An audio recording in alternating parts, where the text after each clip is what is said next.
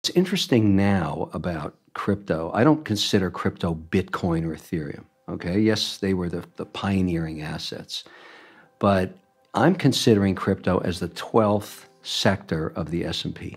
It hasn't been declared that yet, but I think that's where we're going.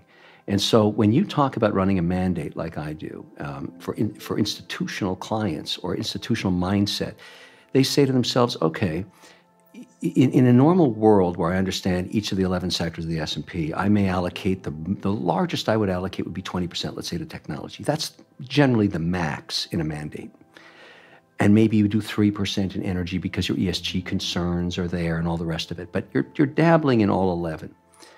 I'm now dabbling in crypto as if it was the 12th. So that means I don't need a mandate to do that. I'm doing that because I'm able to get my compliance department to agree on certain coins, tokens, assets, but they have no interest in just buying Bitcoin.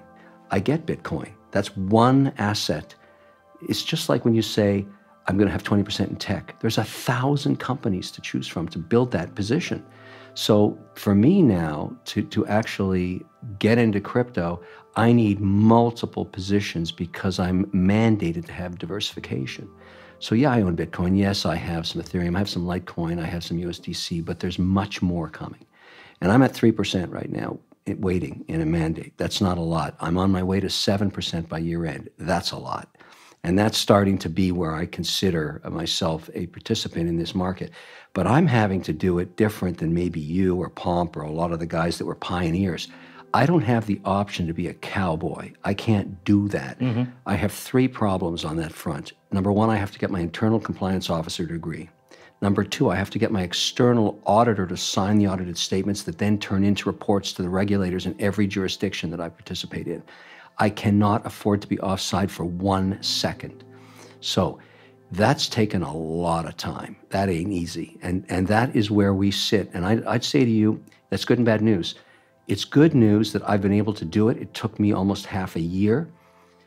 But the upside is that there's trillions of dollars of the people I service that want to do the same thing. If we could just get the regulator on side to tell us what the rules are, it's like football. You can't play football if you don't know the rules. We need the rules. Then you're going to get a massive allocation to crypto. What is 7% in real numbers? I don't say because it goes across multiple mandates. And, you know, we have rules about disclosing dollars because it's not always our money. And are these people just kind of aware that this is a crypto thing and they know they should do it and they just trust you with your money? Because in my world, like my show is what Bitcoin did. 95 to 98% of our content is Bitcoin. We occasionally discuss other projects. So I might discuss Ethereum if I wanted to talk about stable coins or do the comparisons. But in my world, Bitcoin is very different from crypto. I actually consider them 2 different things. All they share is the fact that they both use a blockchain and cryptography. Yeah. But what they are trying to achieve, for me, are very, very different things. So is there just this wider desire for people to invest in crypto and they don't really care what it is, and it's for you to decide the investments? No. When it comes to crypto, because of the compliance and the regulations and where we're at, I don't put other people's money into crypto mandates. I'm very fortunate to have my own operating companies, multiple operating companies that I control. In the case where this crypto is 100% control.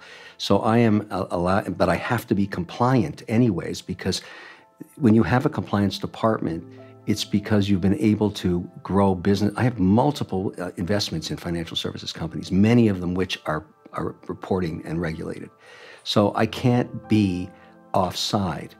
It's because I'm a shareholder in these companies. And so— What do you mean by offside? So let me give you an example. Back in 2017, when I took my first position in crypto, the regulatory environment was nothing less than toxic, all right? At that time, regulators around the world were sending out complaints to all kinds of people that were trying to tokenize all kinds of assets, including one here in New York, a hotel. It was a poop show. And you can say a shit show. Yeah, it was, and you just can't get involved in that when you're reporting and being compliant in many other jurisdictions. And so that at that point, I was just, my own compliance department said, you got to stop talking about this stuff. You got to stay away from this stuff. This is just an environment that is brutal. Over time, in particularly the last 24 months, you've seen Switzerland, Germany, France, England, Canada, a jurisdiction that cooperates with regulators in the US in total harmony, launch ETFs with their primary asset being Ethereum and Bitcoin. So the tonality of that regulatory environment has changed dramatically. You're starting to see the regulator, talking about, let's discuss these asset classes, let's get into a dialogue about it.